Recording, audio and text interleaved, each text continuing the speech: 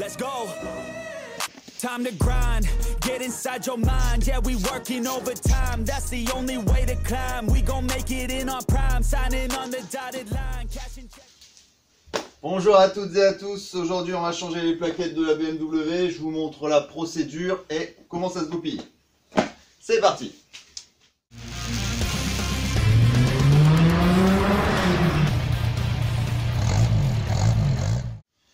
Donc là, j'ai déjà démonté la roue. J'ai déjà levé la voiture, démonté la roue. Je voulais pas filmer puisque j'ai déjà fait des vidéos là-dessus. Je vais vous les mettre en haut. Comme ça, vous aurez la procédure pour lever la voiture et la poser sur chandelle. Et bosser tranquille. Ensuite, démontage de la roue, ça, il n'y a rien d'extraordinaire.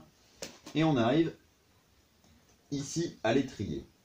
On va démonter l'étrier. Vous avez tout à peu près, grosso modo, la procédure du truc. On va démonter cette partie. Sans démonter celle-ci, puisque là, pour le coup, on n'a pas besoin de démonter le disque. On va juste désaccouper la partie mobile de l'étrier. On laisse la partie fixe en place, on le sort, ce qui va nous faire sortir les plaquettes avec. Et comme ça, on pourra procéder au remplacement des plaquettes et tout remonter sans démonter la moitié de la bagnole. Je vous montre ça tout de suite. Je vais essayer de vous filmer ça au mieux par le dessous. Donc, c'est cette partie-ci qu'on va enlever. Et pour ça, il faut dévisser les genres de colonnettes qui sont ici. Il faut faire sauter l'opercule qui est là. Hop, tout simplement. Vous l'enlevez. Et là-dedans, vous avez une empreinte qui est, si je ne dis pas une bêtise, une BTR en 7. Faites bien gaffe de l'avoir, parce que généralement dans les kits d'outils, vous allez avoir du 6 et vous passez direct au 8. Et là, vous êtes baisé. On va pas se mentir, je pense que les constructeurs l'ont fait exprès. Comme ça, le mécano lambda qui a juste vraiment le matos de base, eh ben, il est couillonné au moment de démonter. Et soit il recommande les outils, soit ça le saoule et il l'emmène chez BM. Donc, on va défaire. Évidemment, au-dessus, vous avez le même. Je sais pas si je vais réussir à le filmer de là. Si on le voit là. Là-bas, au bout de mon doigt. Tic. Là-bas. Même opercule. Et vous enlevez les deux boulons. Je vais essayer de caler le téléphone en dessous pour que vous voyez ça. Et on va desserrer tout ça. That's the way I'm living life. I feel alive when I got a goal in sight. Chip away, I gotta fight. Ain't nobody else in sight. Man, I think I see the light. Yeah, that shit is so bright. Follow me, I got the guide. See you on the other side, son. Ain't nobody know. Donc pour enlever le système, il faut aussi enlever cette petite plaque noire qui est ici devant. Ça, il suffit d'un tournevis ou d'une pince pour le faire sauter. Ain't nobody know what I can do. I'm ready to go into battle. I'll put on a show. Bon, j'ai opté pour la pince, c'était mieux. En même temps, il y a un sens pour plus ou moins pour le faire pivoter, pour l'avoir. Je sais jamais dans quel sens il faut le tourner. Mais il y a un sens plus facile que l'autre. Maintenant, l'idée, c'est de sortir ça. C'est pas toujours facile parce que les plaquettes sont plus ou moins en appui sur le disque. Donc il faut essayer de récupérer un peu de liberté en poussant le piston qui est à l'intérieur. Donc avec un tournevis, ici vous pouvez essayer de passer et de pousser légèrement. Ici, je sais pas si un contre-jour de fou. Ouais, ça la lumière me fait un contre-jour à la con. Toc. Là à l'intérieur, vous voyez les plaquettes et le disque et le piston. Par contre, faites très attention, il y a le soufflet. Il faut absolument pas abîmer le soufflet de l'étrier, sinon l'étrier est mort. Soit vous achetez un kit de réfection après pour changer le soufflet, soit vous êtes bon pour un étrier. Donc, vous pouvez déjà commencer à essayer de jouer avec l'étrier. Vous voyez que ça bouge. On arrive à le faire bouger, vu qu'il est plus fixé.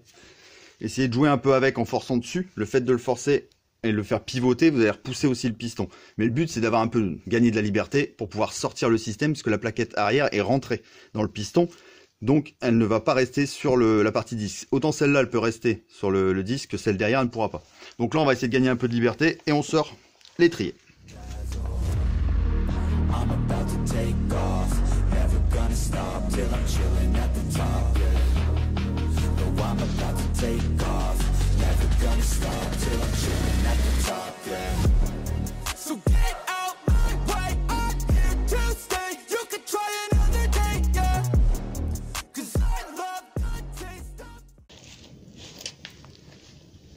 Donc comme je vous disais, la plaquette arrière reste sur l'étrier. Elle, il faut la sortir. Il y a un clips Et vous avez celle-ci qui est juste dans le guide, ici.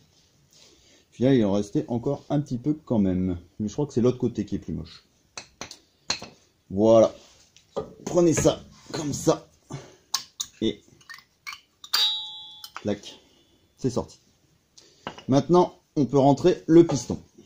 Mais pour ça, il faut prendre une petite précaution avant.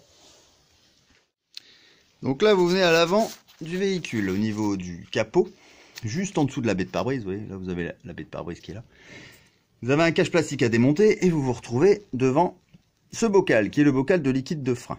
Donc, techniquement, quand on connaît un peu le système, au fur et à mesure que les plaquettes s'usent, le liquide diminue.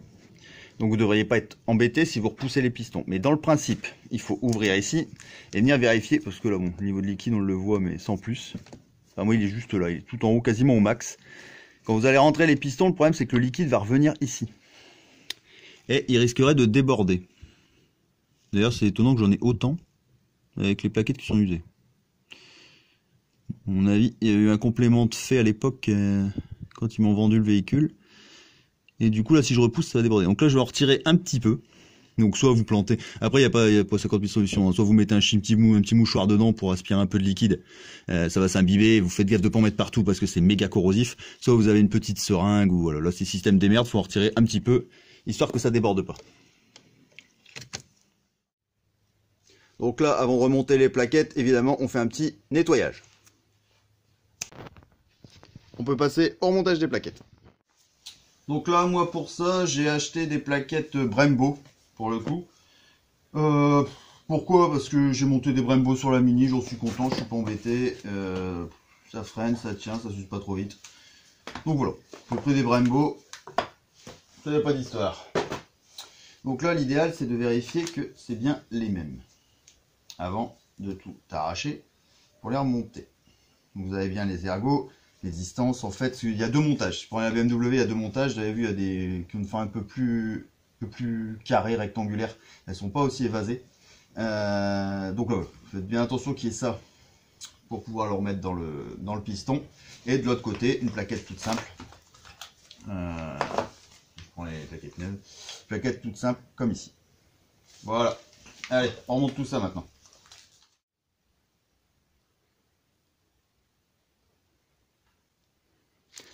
La référence pour ceux que ça intéresse, comme ça vous l'avez direct si vous voulez les commander.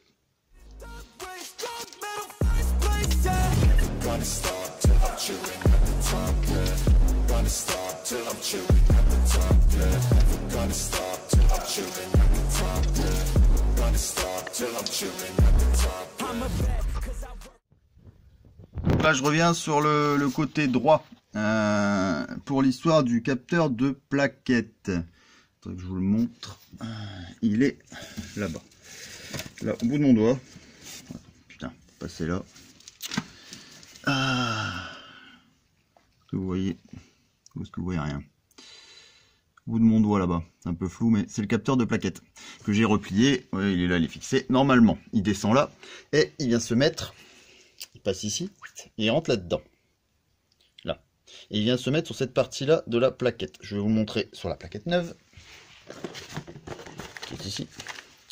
Vous avez ici l'encoche, à l'arrière, là, où ça vient se mettre. En fait, vous venez clipser le capteur dedans. Le jour où le capteur va s'allumer sur votre tableau de bord, sachez que vous n'avez pas le choix, il faut que vous achetiez le capteur. Il faut le remplacer. Il faut le remonter, en fait c'est une prise qui est branchée un peu plus loin, il faudra le débrancher et rebrancher un nouveau capteur pour remonter le système. Si vous laissez le vieux capteur simplement en plaçant les plaquettes et en rentrant le truc, vous aurez toujours le défaut allumé au tableau de bord et vous ne pourrez pas l'éteindre. Vous ne pourrez pas effacer le défaut. Voilà. Donc voilà, c'est remplacé. N'oubliez pas de remettre surtout la petite partie noire là devant. Le disque, vérifiez s'il tourne, non, défaites le frein. Vérifiez s'il tourne correctement, s'il n'y a pas de bruit bizarroïde. Pensez à appuyer sur la pédale de frein pour rapprocher l'étrier, le piston, pardon, et venir coller les plaquettes. Pas besoin de purge, vous n'avez pas de purge à faire pour un changement de plaquette. Voilà. Le coupe de serrage derrière, je peux pas vous le donner parce que je ne le connais pas. Je l'amène contre et je mets un petit coup, et voilà. Les roues, 10, 12 kg, 120 Nm. J'ai vu 120 sur des docks, mais déjà quand tu les insères à 10 kg, généralement c'est largement suffisant et ça se sauve pas. J'ai graissé un peu les colonnettes pour faciliter le démontage et le coulissement. Tout le monde le fait pas.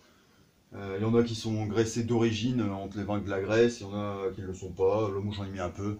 J'ai mis un peu d'anti-grippant à cet endroit-là. Ça fera pas de mal. Voilà. Là, je vous le dis là parce qu'en fait je l'ai pas encore fait. Le côté droit, je vais le faire après. Mais il y a le capteur de témoin de plaquette qui est de l'autre côté. Moi, il est chanté parce que je veux pas que ça s'allume. Je veux pas baiser le contacteur parce qu'après quand c'est allumé, il faut en fait racheter un contacteur. En fait, c'est une lamelle que vous venez couper et le contacteur est mort. C'est pas juste un allumage de témoin. Il suffit de reculer pour être tranquille. Donc moi je le virais, comme je démonte régulièrement mes véhicules et je les entretiens tout le temps, quand je fais changer les pneus, je suis sur place, c'est chez un pote, donc je regarde, je vérifie les plaquettes, donc j'ai largement le temps de voir si elles sont usées ou pas, donc je ne veux pas m'emmerder avec ça, donc je l'ai supprimé. Sinon, c'est pour ça que je vous le dis là, parce que juste avant, ce que je suis en train de vous dire, je vais vous faire une petite coupure et je vais vous mettre, quand je vais les monter de l'autre côté, je vais vous filmer juste la partie où il y a le capteur. Pour vous montrer comment ça se goupille avec le capteur sur la plaquette, si vous le remettez pour être en condition d'origine.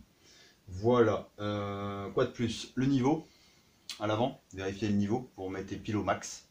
Ça sert à rien d'être au-dessus du max et de remplir le truc à la gueule, ça sert à rien, vous mettez au max, ce sera nickel. Puis voilà, je pense qu'on est bien, je pense qu'on est pas mal pour un changement de plaquette. Juste une précision, c'est une tâche assez simple, sincèrement, il n'y a rien de compliqué. Changer des plaquettes, par contre, c'est quand même un point de sécurité de la voiture. On touche au freinage. Donc si vous ne le sentez pas, allez pas vous lancer là-dedans. Par contre, si vous avez un pote, un beau-frère, un cousin, qui que ce soit qui fait de la mécanique régulièrement, qui veut vous le faire, vous pouvez toujours lui montrer cette vidéo. Il voit comment ça se fait sur la BM, qui est comme toutes les voitures d'ailleurs. Et il pourra vous le faire tranquille, ça ne vous coûtera pas trop cher comme ça, mais vous lancez pas, si vous le sentez pas, vous lancez pas là-dedans, c'est quand même le freinage, faut pas faire n'importe quoi. Là, moi, j'ai pas changé les disques, il y a une légère cote, je le ferai, à un moment donné, je changerai les disques sur le prochain remplacement de plaquettes. Et là, sur celui-là, j'ai déjà fait une vidéo que je vais vous mettre aussi. Il y a une subtilité parce que à l'intérieur, il y a des mâchoires, le frein à main est à l'intérieur. Puisque là, sur ce frein-là, il n'y a pas besoin de renfoncer le piston en le vissant comme sur la mine. Voilà.